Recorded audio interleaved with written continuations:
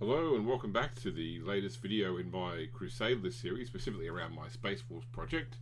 This is the 4th episode. The other 3 episodes are on my channel if you're coming across this one for the first time. So what am I here to talk about today? First off, I've had my first games with the Space Wolves group I built. Originally the plan was to come back and do a video after the first game, but that happened right before Christmas, and then before I had a chance to get in and record this, I managed to get in 3 more games in rapid succession. So I've actually played 4 games so far with the Space Wolves. Unfortunately, I've only had 1 victory out of 4 games. Now, in 2 of those, I do think that bad luck played a pretty big factor, and I'll talk about that when I go through the games as well. But at the end of the day, this isn't an optimized list. It's a bit more of a fluffy list. It's mostly firstborn. It's built around the idea of trying to utilize units that are Space Wolf specific, so things like Wolfen and Longfangs, and so it was more for me about a project of creating an army from scratch, trying to do it on the cheap, trying to learn some new painting skills around skin and fur and that sort of thing. So look, at the end of the day, anytime I get to play 40k is always going to be a lot of fun, regardless of win or lose. But I'll take you through the games that I had. So the first game was against my friend Mike, who I played most of my 40k games against. It was against his Custodes army. Now, because my Space Wolves are effectively a fresh Crusade army, he decided to restart his Custodes as well. Well, so to speak, he's actually going to restart them again because he wanted to have 1 game prior to the release of the new Custodes book sometime early in 2022, and then try the same group again, or at least how it works out, after the changes and see whether they've gotten more powerful or less powerful. So he didn't go into the game actually expecting to win. He felt that the Custodes weren't in a great spot overall. I mean, I think that they've done quite well in the meta and in tournaments right now. I think they're still quite strong. A lot of people rely upon Forge World units like Sagittarium Guard or the Dreadnoughts, and in fact his original plan with this army was to run a Palace Grav tank, but when he got to my house to play the game, the model broke. It's notoriously bad for keeping together because of where you glue it, and we spent a bit of time trying to glue it back together, and it actually broke in a second spot while trying to hold the first spot in place. So he gave up on the Palace and instead reworked his list. So he went with only 3 units, first one being his shield captain. With his Custodes force, Mike likes to build a nigh unkillable shield captain. So in this case, he is an Alaris Terminator with superior creation, which gives him a 5+ feel no pain, plus the Captain Commander upgrade for stratagem, which gives him 2 extra wounds. With his still old rules, 3+ invulnerable save, thanks to the being all Custodes.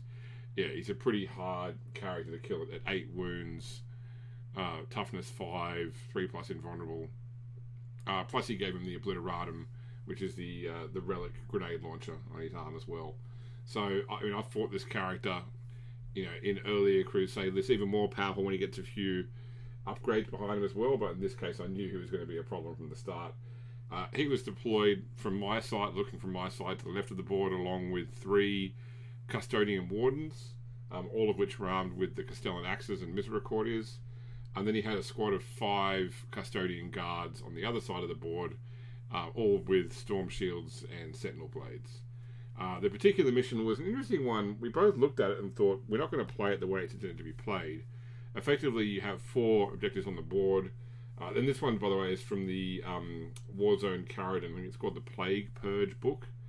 And effectively, you go to an objective, you check the objective to see whether it's got what you're after. You roll the dice, and the more objectives you check, the more likely it is the objective has it. So I think it's on a 5+ for the first one you check, then a 4+, then a 3+, then when you check the 4th objective, it's automatically there. Once you find it, you then have to control that thing, and you can move it around the board with one of your units. Whoever holds that at the end of the game is the winner. Now, if you haven't found it, whoever holds the most objectives at the end of the game is the winner. So we both discussed the fact that we thought it would actually be more beneficial to both our forces to just not try and find the relic and just, try and hold objectives at the end of the game, or at least try and kill each other so the other person was no longer standing at the end of the game. So Mike got the first turn. He didn't do a great first turn. He just moved his 2 forces forward. I think he had to advance his Custodian Guard to get them onto the objective, and therefore couldn't shoot. The Wardens got to fire off their grenade launchers, but did no damage to anybody. So he pretty much did nothing in the first turn. In my first turn, I had a bit more luck. I managed to take out 2 of his Custodian Guard with fire from the Longfangs. Actually, I think the Longfangs killed 1. Amazingly, the Assault Intercessors killed 1 with their heavy bolt fire, which at strength 4 versus toughness 5, and only -1 AP was actually a really good result to actually kill a Custodian Guard with that. I think he might have had wounds taken off from the fire from the Longfangs, or maybe psychic powers from the Librarian, but in any case, they did still kill one of those guardsmen. And then on the other side of the board, the Wolfen managed to get off a first turn charge into both his character and the Warden squad. It was hard to work out where I wanted to put the attacks. I ended up putting, I think, 3 of the Wolfen's Thunderhammers into the Wardens, and 1 Thunderhammer and the Claws into the character. I killed 2 of the 3 Wardens, and the character got knocked down to, I think, 2 health remaining or thereabouts. It was he took big damage from that first run of attacks. Like, you know, one more successful wound or 1 less save wound would have actually killed him from the Thunderhammer attack. So to get that character with, you know, huge wounds down low quickly was great. But his retaliation basically wiped out all the Wolfen. They quickly fell to his attacks there. So, but you know, good blow for them. I was running the agenda from the Space Wolf book for Crusade, where you pick your opponent's 3 highest models when it comes to wounds, and your models gain 3 experience points for killing those models in melee combat. So one of those Wardens counted for the Wolfen to get 3 XP. From that, even though they didn't kill the unit, they still killed the model. The agenda goes off the model. Other side of the board, I failed to get the Assault Intercessors into a charge with the 3 remaining Custodian Guard. So in Mike's turn, he charged the Assault Intercessors. I heroically intervened with the Librarian, and he managed to kill all but 1 of the Assault Intercessors. So that was a bit of a fail on that side, but the 1 remaining Assault Intercessor, along with the Librarian's psychic powers, managed to wipe out that guard unit. So that was my first full unit kill, was the Assault Intercessors killing the Custodian Guards in melee. At this point in time, Mike started to march his Warden, 1 remaining Warden, and his hero across the board from the other side to come over and fight my Librarian, my Longfangs, and my 1 remaining Assault Intercessor.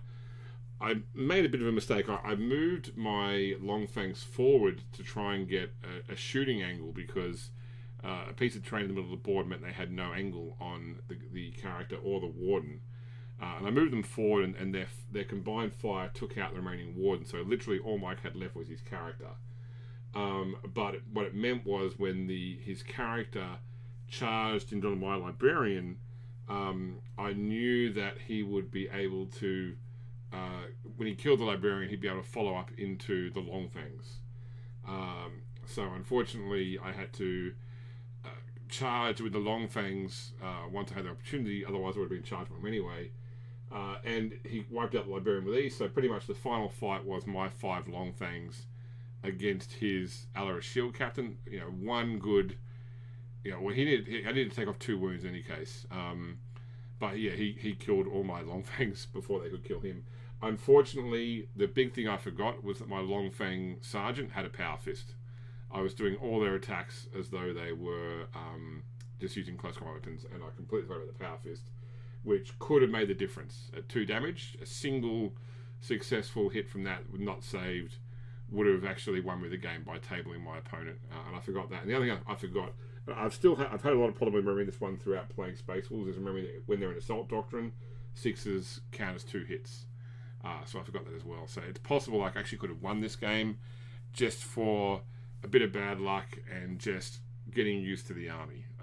And my opponent Mike, he was surprised to have won the game. You know, it was literally his one model with 2 wounds left fighting my untouched squad. But if I'd kept them back and they weren't chargeable for him, I could have destroyed him in shooting as well. Unfortunately, for the purpose of the stratagem, I only actually got one of the 3 models killed in melee, because the 3 models were actually 2 of the wardens plus the captain. And so one warden I did kill with the assault intercept, with the Wolfen, but the Longfangs killed the other warden shooting, and the generally counts for melee combat kills. So only 3 XP there for the Wolfen. But overall, look, you know, it was a good first outing to have a chance to play with the Space Wolves. To play with a fully painted army is always nice. Unfortunately, Mike hasn't got his Custodes painted. In fact, he had to borrow some of my models in order to get the army on the table. But yeah, it was good to have that first chance to play. And that was right before Christmas. Then, before getting around to actually record this, I had a second game then, actually with my son Alex. So he got some Blade Guard veterans for Christmas for his Blood Angels, and he really wanted to try them out. Unfortunately, I didn't get any pictures of the game itself, so I've just included a Blood Angels Blade Guard veteran here. So his army he's got a Librarian Dreadnought with the Gift of Foresight, which allows him to reroll 1 failed hit, 1 failed wound. Artificer Armor, giving him a 2+ base save, 5+ invulnerable. And then with the Psychic Powers, Wings of Sanguinius and Blood Boil, and a Melter Gun. He had a group of solid intercessors. He had his brand new Blade Guard veterans, and an Impulsor to move units around the board. And I went this time. Chris is my son, and I played a lot more 40k than him. I let him choose between my 2 25 power level groups. Which one do you want me to bring in? And he chose not the one I played against Mike, so not the one with the Librarian. So I had the Captain, or the Wolf Lord, with the Jump Pack, the Blood Claws, the Venerable Dreadnought, and what are the I'm thinking of? Oh, the Bikers, the Swift Claws. So Alex got the first turn. And he was a bit cagey about bringing his Blade Guard veterans into close combat too quickly. He didn't want to be countercharged, but what he did have is he managed to get his Librarian Dreadnought all the way across the board using Wings of Sanguinius. Got off a great charge on my Venerable Dreadnought, and killed it in 1 turn. So didn't even get a chance to use Venerable Dreadnought in that particular game. But I was able to countercharge with my Captain. And the Captain killed his Librarian Dreadnought. So it was pretty much first turn was a Dreadnought for Dreadnought swap. I don't know how I felt about which was better or which was not. But in any case, I sent my bikes on one flank, Archery's Assault Intercessors. In this particular one, it was just objective holding, scoring points per turn for objective holding. Yeah, we were both a bit unsure about whether we wanted to take an aggressive play of just go at our opponent or actually try and cap points and win on objective points. So when I had the opportunity, I didn't charge his Assault Intercessors with my bikes. I held them back, which meant he actually had the opportunity to charge my bikes with his Assault Intercessors. And it was a bit of a slog. We went for like 2 or 3 turns on that side of the board to resolve that combat, but in the end, his Assault Intercessors came out on top over the bikes. The Thunderhammer making a pretty big difference.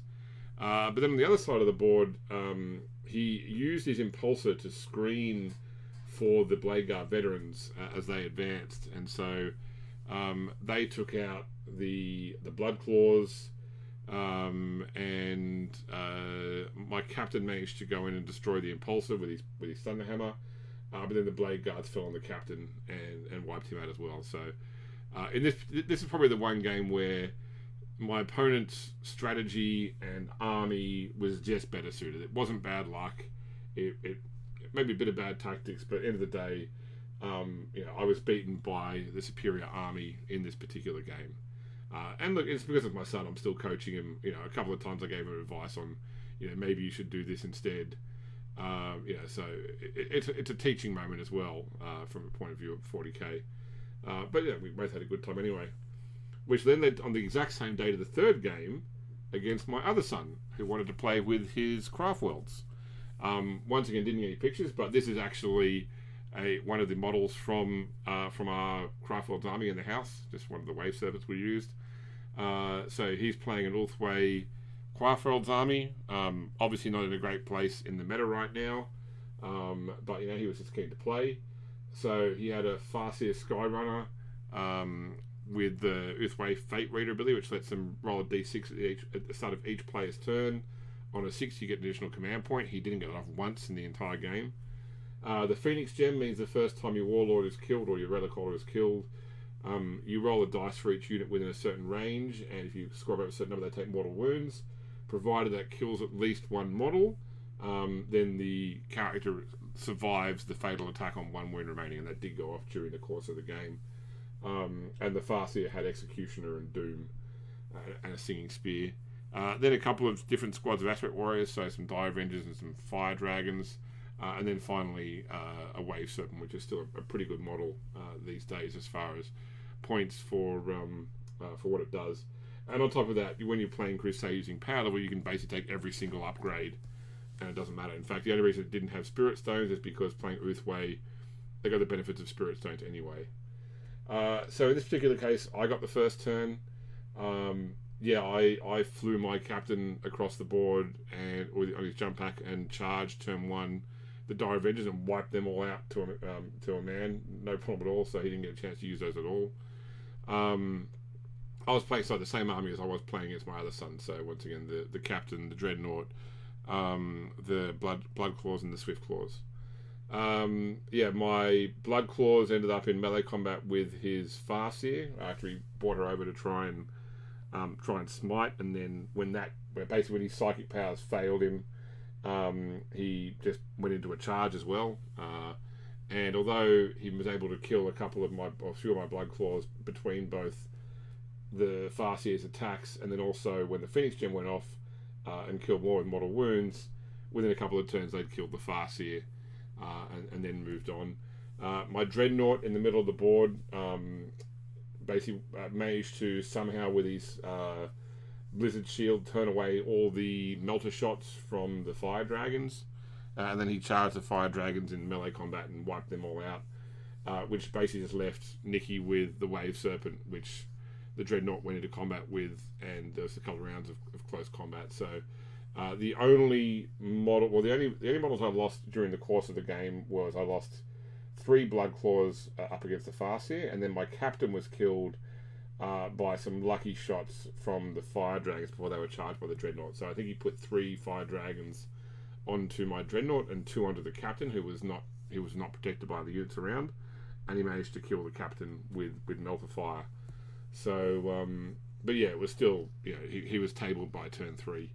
So, not a great game for the Craftworlds, but the first victory for the Space Wolves in this case. Which brings me then on to the final game, which, as I'm recording this, only happened just yesterday. And this was the first 50 power law game, or roughly 1,000 points using the point system. This was against my friend Steve's World Eaters, which he brought along. Now, Steve has had a relatively poor record in our Crusade games. So I think before this game, he was sitting at 14 games for 2 wins. And both of his wins were with the World Eaters. He also plays Drakari, Orcs, Salamanders and Chaos Knights. But he hadn't managed to win with any of those other forces and only had 2 wins with his World Eaters. And once again, he was trying out a few things experimentally. He'd bought a brand new Lord Discordant painted from eBay that he was keen to get on the table. So he had the Lord Discordant with Hatred Incarnate and the Talisman of Burning Blood, meaning it could advance and charge. He gave it the Battle Flamer, but kept it with the Technovirus Injector. He had 4 power levels at the end, so he just put in the Master of Executions because he had the model painted up. Then he had 2 squads of 5 Khorne Berserkers. Normally he runs them as a squad of 10, but he decided to run them as 2 squads of 5, if only just to get the 2 Power Fists in there on the Sergeants. Then he had a Forge World Blood Slaughterer of Khorne, a Chaos Rhino, which the Berserkers all started inside, and then he took 3 separate Obliterators. So when he first told me he had 3 Obliterators, I just didn't mean he had 3 singular Obliterators. Sorry, 3 a squad of 3 Blue Rays, but he actually took it as 3 separate ones, which was a really good idea, and will become more important later on as to why he did that. So in this case, I got the first turn once again.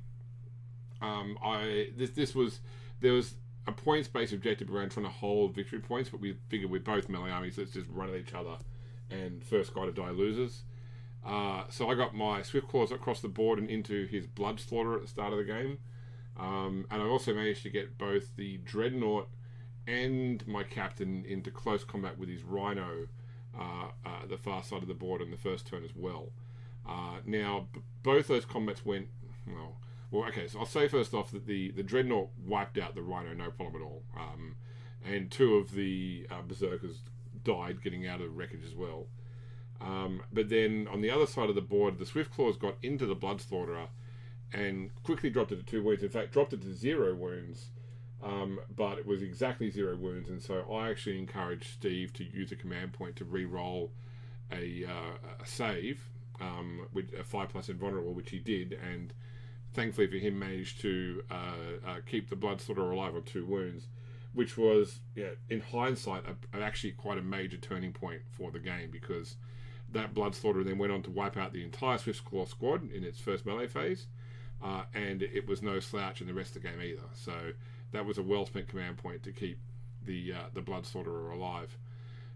So in his first turn, he basically moved a lot of his forces into the middle of the board. He had his Berserkers charge into the Dreadnought and the Captain. One more Berserker died to Overwatch fire on the way in, thanks to the Dreadnaught's Flamer. And then he charged all his forces in the middle of the board. So the Blood Slaughterer went into my... well, first off, so actually, before I say that, the poor Wolfen, he used his Bale Flamer from the Lord Discordant on the Wolfen, got 6 auto hits, which is the maximum you can get, all 6 wounded.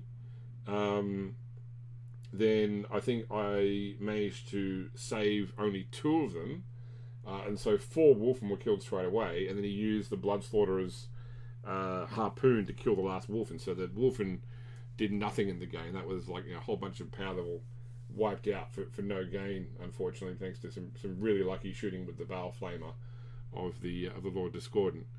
So then the Blood Slaughterer charged the Assault Intercessors.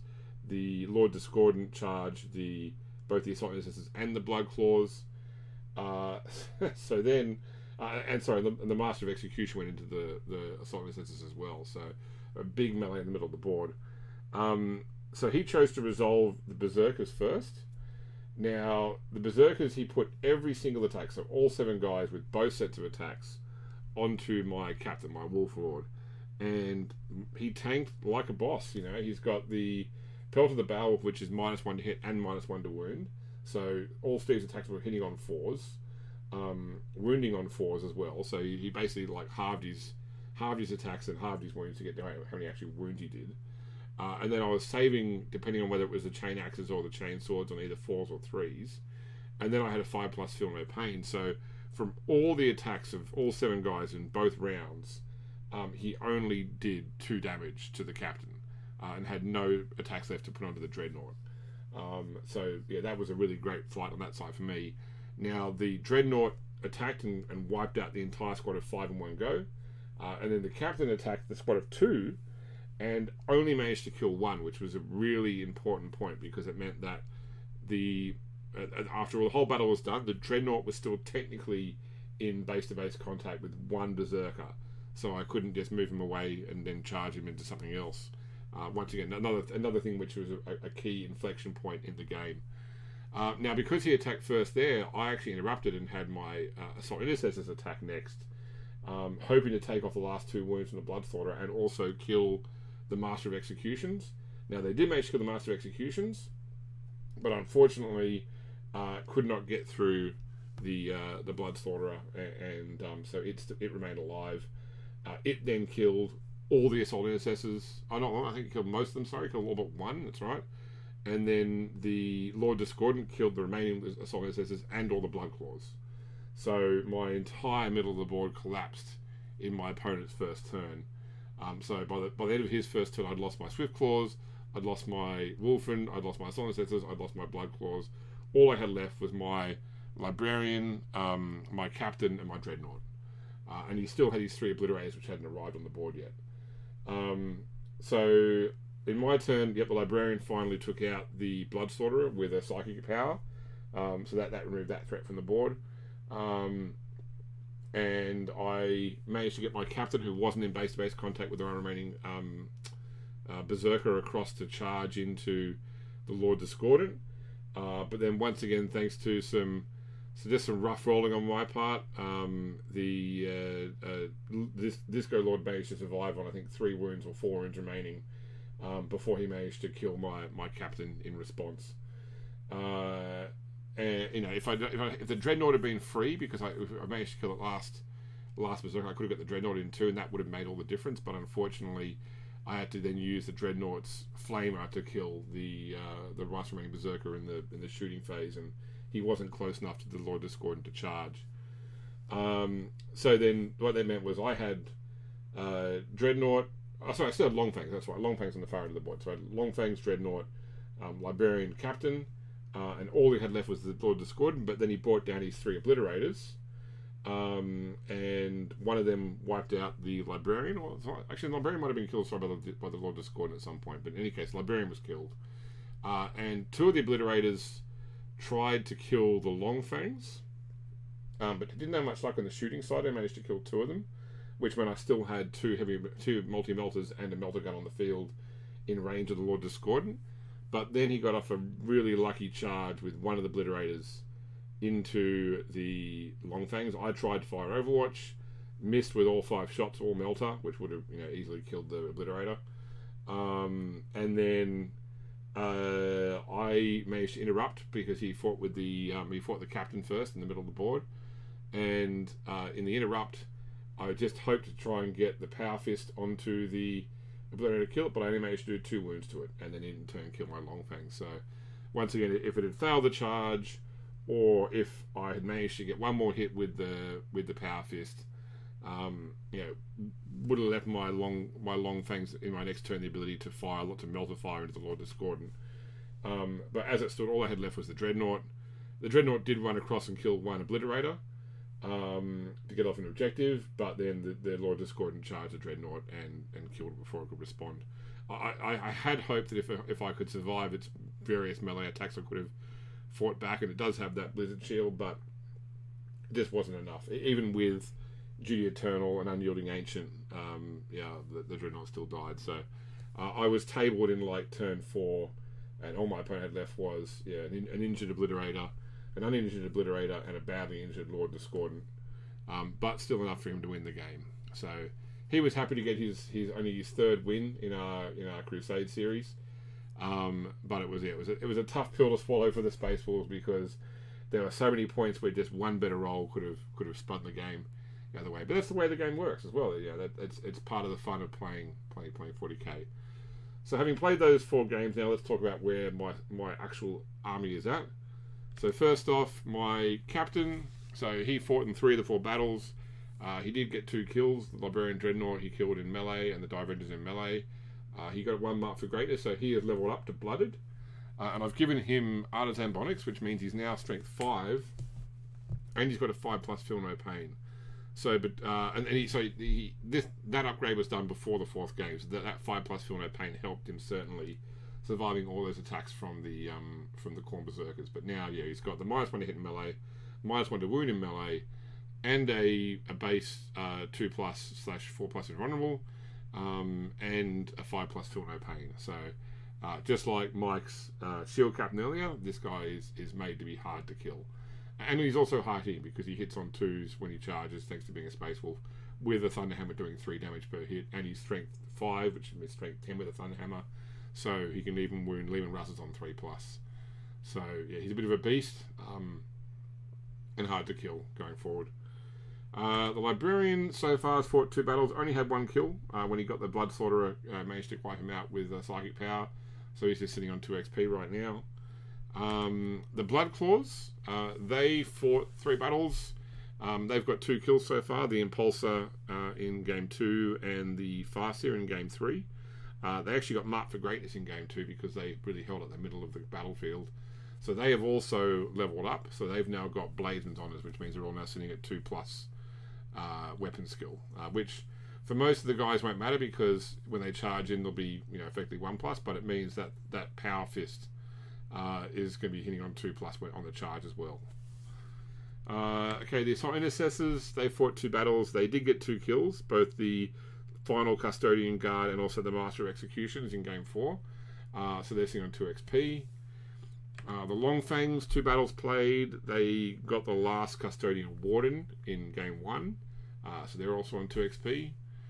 The Swiftclaws, they've done 3 battles. They got marked for greatness in Game 4, just from doing what they did at the Bloodthorn at the start. They were very successful, except for that reroll on Steve's part, which also got them to 6 XP, which means they're now blooded, and they've now got Veteran Warriors reroll 1s to hit. So they'll have their base 2+ reroll 1s with the Chainswords and 3+ reroll 1s with the Thunderhammer when they charge.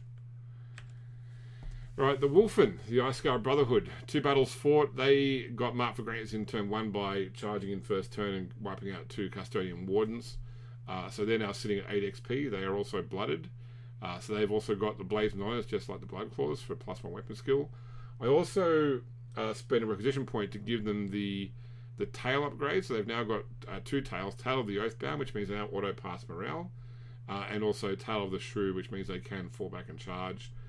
The fallback and charge is, I guess, a minor thing because they always count as being assault doctrine. They always count as being charged for the purposes of a shock assault. But I just thought it would be handy to have the opportunity to pull out and maybe charge a different unit. So you get to pick 2 tails with that upgrade. So I chose that one as well. And then finally, my Dreadnought, Brother Uncle, with 3 battles fought and a whopping 6 kills. So yeah, 2 of the Eldar, and then 4 squads or 4 units from the Chaos Forces. So although he had a tough first game when he was wiped out before he got him to take a turn, in the following 2 games he did very well. So he's actually sitting at 16 XP and has leveled up twice to Battle Hardened. So he now has enhanced engines, +2 base movement, and then +1 inch to charge and advance rolls. And he's also got elite crew, meaning he rerolls 1s to hit with his weapons, which will only apply to the axe because the flame is auto hitting. But yeah, he's now a very impressive model if he wasn't already. Now on top of that, because I had so many requisition points, I was able to use some of those points to buy some new units. I've sort of said, because I've got the whole army painted, I will not add a unit to my Crusade roster until it is fully painted. I had hoped to get this next unit painted before my last game yesterday, the 4th game. Unfortunately, I couldn't get it quite finished. I would have actually swapped out the Longfangs for these instead, but in the end, the Longfangs were on the board. But next game, I now have a squad of Thunderwolf Cavalry called the Fangs. So they're all equipped with Thunderhammers and Storm Shields. Now, the actual the package for Thunderwolf Cavalry, unfortunately, only comes with a single Thunderhammer. So thankfully I was able to find some spare Thunderhammers in my bits box, mainly from old Vanguard veteran sets. The other thing I had with putting this together is that if you've never done Thunderwolf Cavalry before, their heads come in 3 parts. So there's like a middle part, which is the structure and the tongue, and then the 2 sides of the head go onto that.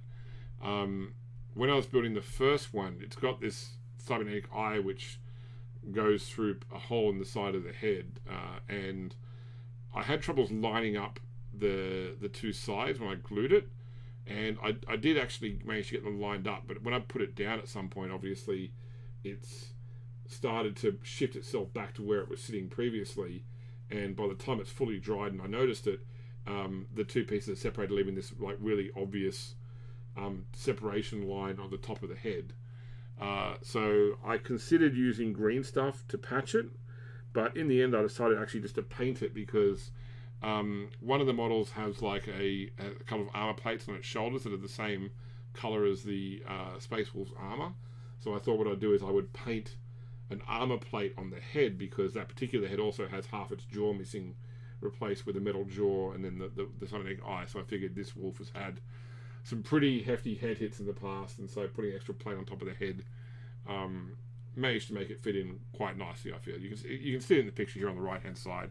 There's still an obvious separation line there, but hopefully on the table it looks fine. It's only when you zoom in this far that you actually really get to notice that it's a poor assembly. So yeah, I'm looking forward to using these guys on the table in the future. So just a quick summary. This is the Crusade list as it currently stands.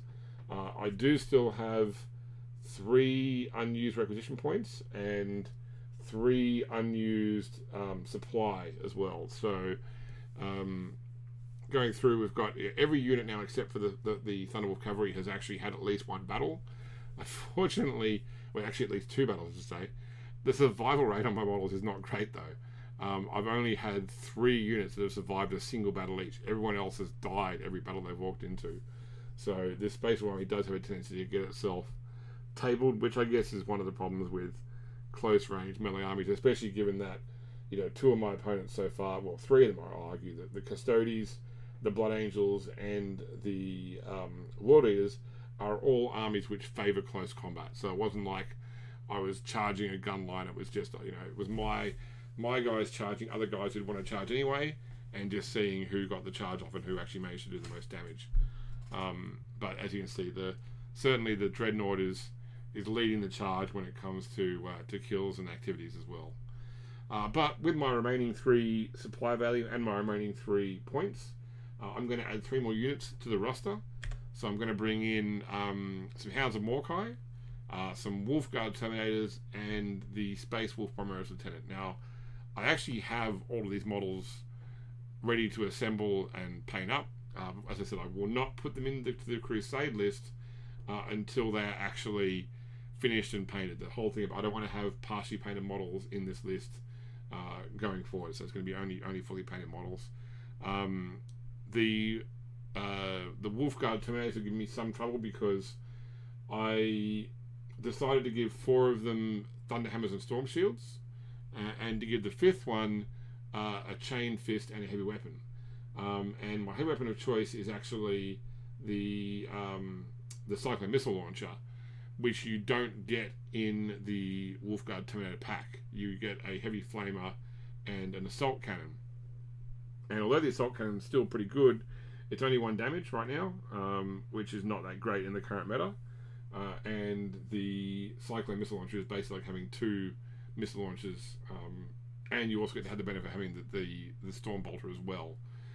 So I had thought I had spare Cyclone Missile Launchers in my bits box, but all I actually had was the Dark Angel specific ones from the Dark Angels Terminator sets, or the Deathwing Terminator sets, which have obvious Dark Angels iconography on them. So the choices are either that I spend a lot of time filing all the Dark Angels iconography off those parts, I go out to the second-hand market trying to find bits of a Cyclone Missile Launcher, or I bite the bullet and just buy a regular Terminator squad and rob the Cyclone Missile Launcher from that to add on to the Wolf Guard. Or worst case scenario, I give up on it and I go back to using the assault cannon. And so I've actually built these models except for the model that will have the heavy weapon. I'm still working out what I want to do with that model. Although whatever happens, you will have a Chain Fist, which I've already put on the model. And then I've got the Lieutenant and the Hounds of Mordecai ready to build as well, but that'll be a bit of extra time. So I guess that's really it. I guess next time I will come back with some more information on how some further games go. I will show you how I get on with painting those 3 models up. After that's done, that's really pretty much every single Space Wolf specific unit that I wanted to do, with the exception of wanting to do one of the flyers. And I already have a flyer kit as well, but I think at least 16 power level, I'm going to need some more acquisition points before I can actually buy a flyer in. And when you're playing at 25 and 50 power level, flyers can be hard to justify, especially at 25. Like a 16 power level flyer when you've got a total of 25 is just not practical. It can't hold objectives, it can't win the battle for you, and it just takes so many models off the ground. But we're doing 50-point games or 100-point games. Yep, they're quite viable then. So I will work up the points until I can actually add in one of the flyers into this army. But that's it for now. I hope you're enjoying the series.